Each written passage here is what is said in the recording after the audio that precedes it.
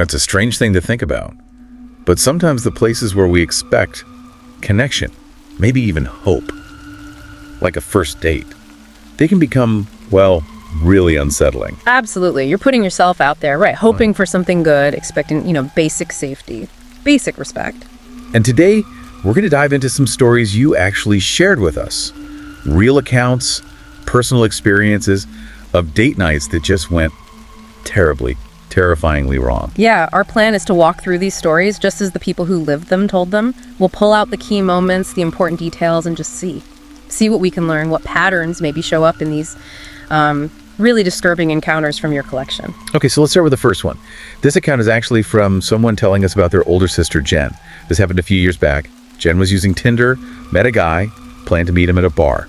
Pretty standard stuff. Right, typical first date plan. She gets there, finds a seat, texts the guy she's arrived. And almost immediately, the source says, this much older man comes over, sits right next to her, offers to buy her a drink. And the description in the source is pretty vivid from the start. Talks about a really bad smell, bad breath, even a crooked front tooth. These details, even if they seem small, they instantly create this feeling of unease for Jen. Yeah. She politely says no thanks, explains she's waiting for someone. Yeah. But the guy doesn't leave. He just stays there, keeps offering her a drink. Persistent. And that persistence, ignoring that. She clearly said she's waiting for someone. The first big red flag, the first boundary push described here. When she asked him to leave her alone, he apparently just moved to a booth nearby, still sort of watching her. So Jen texts her actual date, tells him about this weird guy, asks him to hurry up, no answer right away. Then she texts again a few minutes later. This time she gets a reply, but it sounds, the source says it just felt off. Running late, get a drink or two without me. That is unsettling. It doesn't sound like someone worried about her, or even that sorry for being late, right? Almost like he's okay with her being alone there longer, giving him time, maybe. And the older guy. He sees his chance, comes back over, sits down again. And the account says he acts kind of upset she's still alone, that she hasn't left yet. Wow. So he was definitely watching her. He wanted her to stay there alone. Right. Jen gives him some short answer, but she's done. She asks him one last time to leave her alone and texts her date. Sorry, I'm going to leave. Okay, and this is where the source account just gets chillin'. The deception becomes clear. As Jen hits send on that text, the older man's phone, which is sitting right there on the bar, it vibrates at the exact same time. There it is, the connection, the guy hassling her, watching her. He's either the date or he's got the date's phone. It's some kind of setup. That vibrating phone is the key detail from the source here, isn't it? Confirms the whole thing. She puts it together instantly. Tells him she needs to use the bathroom. The source says she calls her sister Maria right away from the restroom, tells her what happened, asks what to do, and Maria's advice. Simple. Just leave. Go straight home. Now. Smart move. Recognizing the danger, finding a safe way out, and immediately contacting someone trusted. That's crucial. Jen comes out of the bathroom. The guy's gone from the bar. Okay. She drives home. It's not far. But as she's pulling into her driveway, walking to the door, that creepy feeling comes back. She sees a car pull up across the street, like one house down. Not right in front, but close. Oh, man. After the bar incident, seeing that would just spike the fear. That feeling of being followed. Totally. She gets inside, quickly tells her sisters what happened. They look out, but the car is gone. So maybe a brief moment of relief. But then, after hearing the whole story, they all just head to their rooms thinking, okay, maybe it's over. They thought leaving the bar ended it. Safe at home. But no. The source shifts back to Jen's perspective. She's in bed and she gets a text from the number she thought was her date's. It says, hey, I'm so sorry I didn't see her text until I got to the bar. Just trying to keep the lie going, right? Still trying to manage the situation. Maybe see how she reacts. Keep control. She doesn't reply. Then the texts, they get terrifying. The next one, I'm going to meet you at your house. Which window is yours? He knew where she lived. And he's telling her he knows. Wow. Okay, that's the shift. Deception, stalking, now it's a direct threat. Attempted home invasion territory. And knowing her address, she hadn't shared that online, right? So we must have found it some other way. Prior surveillance, maybe. Jen immediately calls Maria into her room, shows her the text. They're trying to figure out what to do, looking at the phone. And then the source says the window in Jen's room just slides open. No, a direct physical breach into her bedroom, her safe space. And someone starts trying to push through the roller shade right away. Jen and Maria just scream. Their screams wake up their other sister, their parents upstairs. Everyone comes rushing down. Those screams, that's what the source points to as the key intervention, the family reacting. The guy trying to get in just gives up, takes off in his car before the family even gets to the room. Her dad runs outside, but he's already gone. The attempt was real, but the presence of others clearly scared him off. The source mentions they called the police, filed a report, gave the number, and crucially, it says the police later found out the number was from a fake app number, really hard to trace. And the source also notes, weeks later, no real follow-up from the police. That whole sequence, the planning, the deception, following her, knowing the address, the actual physical attempt, it's just deeply, deeply disturbing as laid out in the source. Absolute chilling.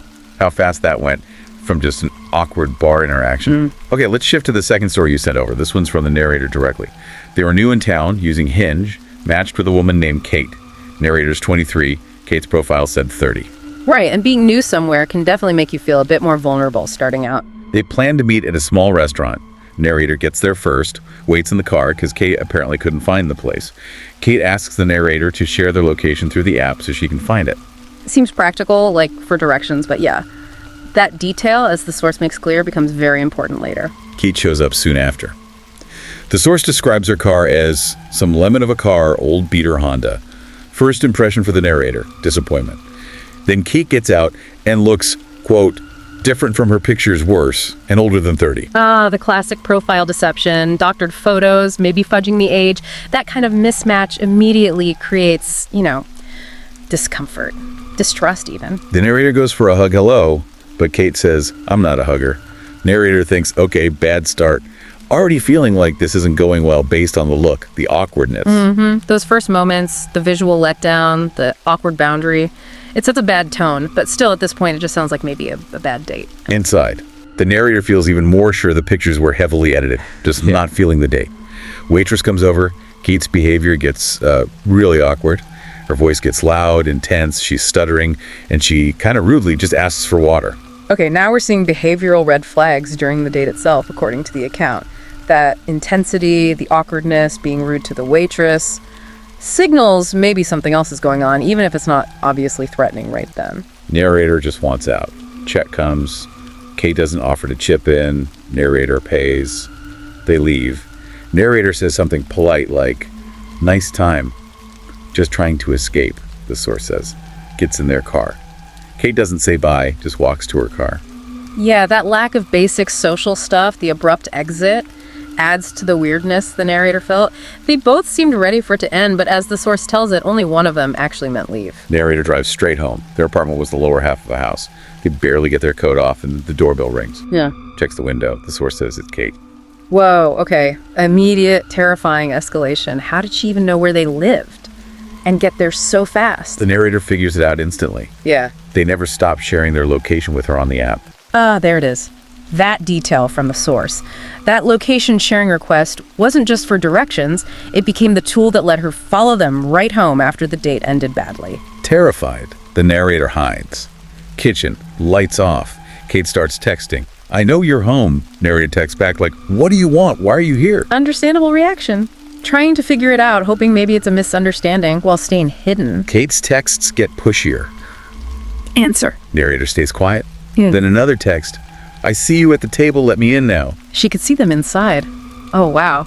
The source says the narrator looks around frantically, sees Kate's eyes creeping through a small gap in a backyard window shade they hadn't pulled all the way down. That's horrifying. Narrator runs to the bedroom, locks the door, calls 911, reports trespassing, reads Kate's text to the operator. Nobody wants me, I'm sick of it. You're just like the others. Those texts, wow. The source gives us a glimpse into her possible mindset, right?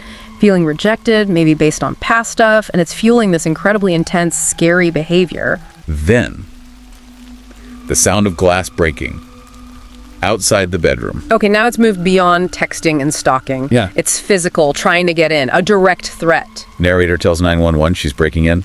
Operator says stay put, find something for protection.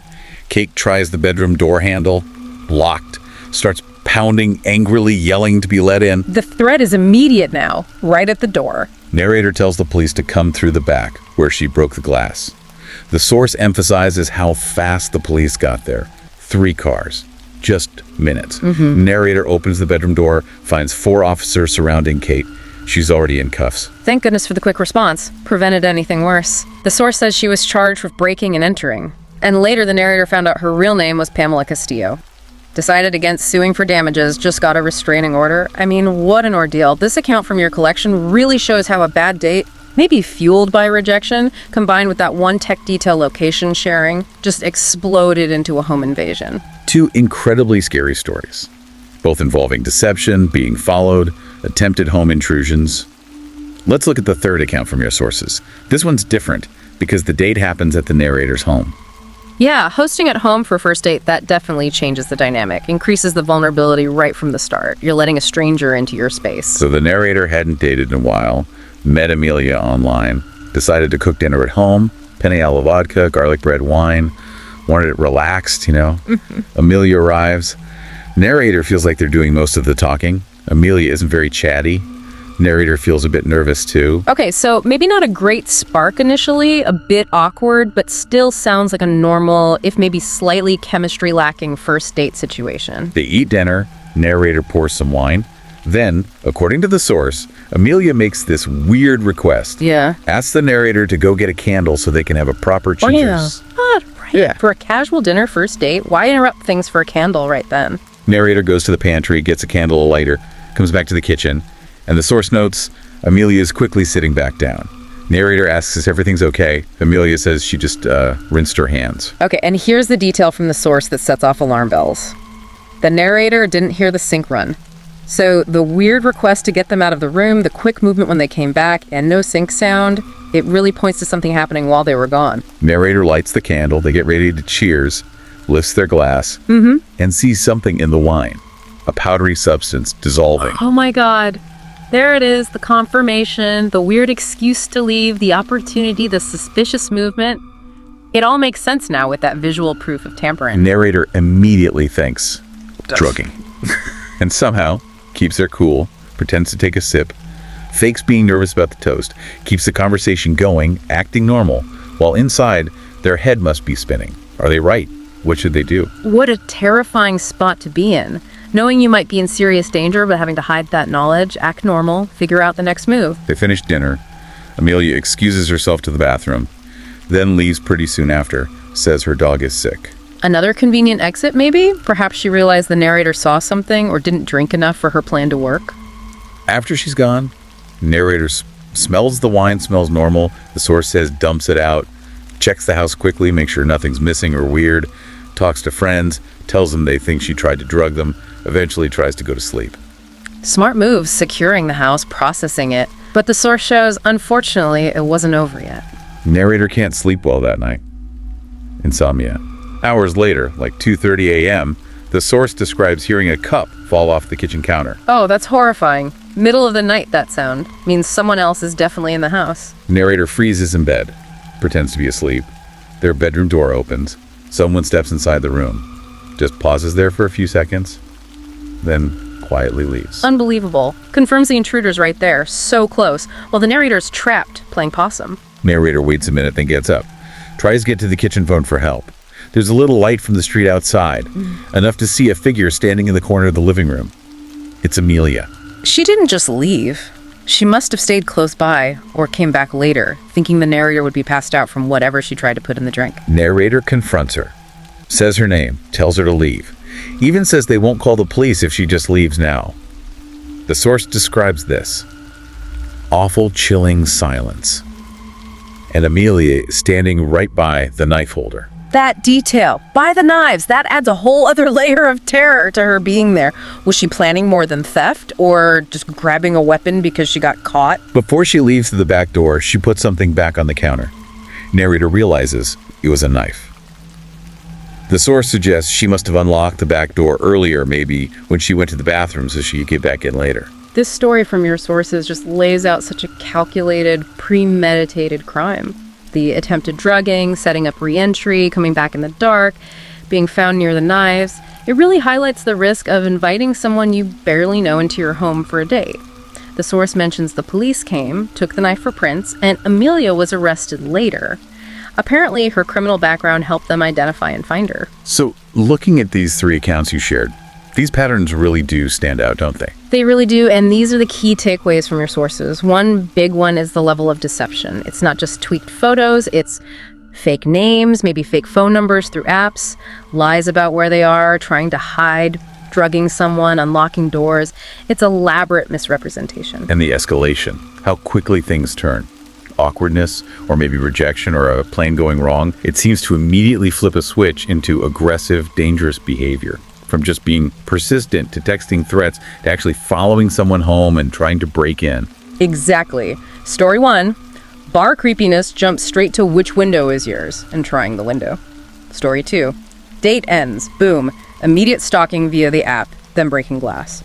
Story 3, the drugging attempt fails, so she comes back later, inside the house, by the knives. The sources show how fast things can go from uncomfortable to physically unsafe. And the violation of safety, that feeling of safety being shattered. Unwanted closeness at the bar, sure, but then actual home invasion attempts, standing in someone's bedroom while they pretend to sleep. Home is supposed to be safe, but it becomes the target because the date itself gave away the location or provided the opportunity. And those small details we talked about become so critical in these accounts. The vibrating phone, forgetting to turn off location sharing, not hearing the sync run, the weird candle request. These sources demonstrate how crucial it is to trust your gut and notice those things that just feel off. Yeah, trusting your instincts. Jen leaving the bar, the narrator seeing the powder. It's not just advice, it's what potentially saved them in these stories the narrator shared. And look, these are obviously extreme, terrifying examples. But the patterns documented in your sources, the deception, the persistence, ignoring boundaries, the fast escalation, they're a stark warning, aren't they? About the risks of meeting strangers, especially online. It really underscores needing caution, maybe having safety plans, and paying attention to those red flags, even subtle ones. We've walked through these 3 really disturbing stories from the sources you provided, seeing just how quickly things can turn dangerous when you meet someone new. Yeah, it really forces you to think about the potential dark side of trying to connect with people online. So it leaves us with this thought, maybe for you listening, as we try to meet new people, especially online. Where is that line? The line between being open enough to connect and being protective enough to stay safe? And how do we get better at seeing, from stories like these, when that line is actually being crossed? It's a really important question for anyone navigating this stuff. We hope going through these specific sources has given you something to think about. Thanks for tuning in.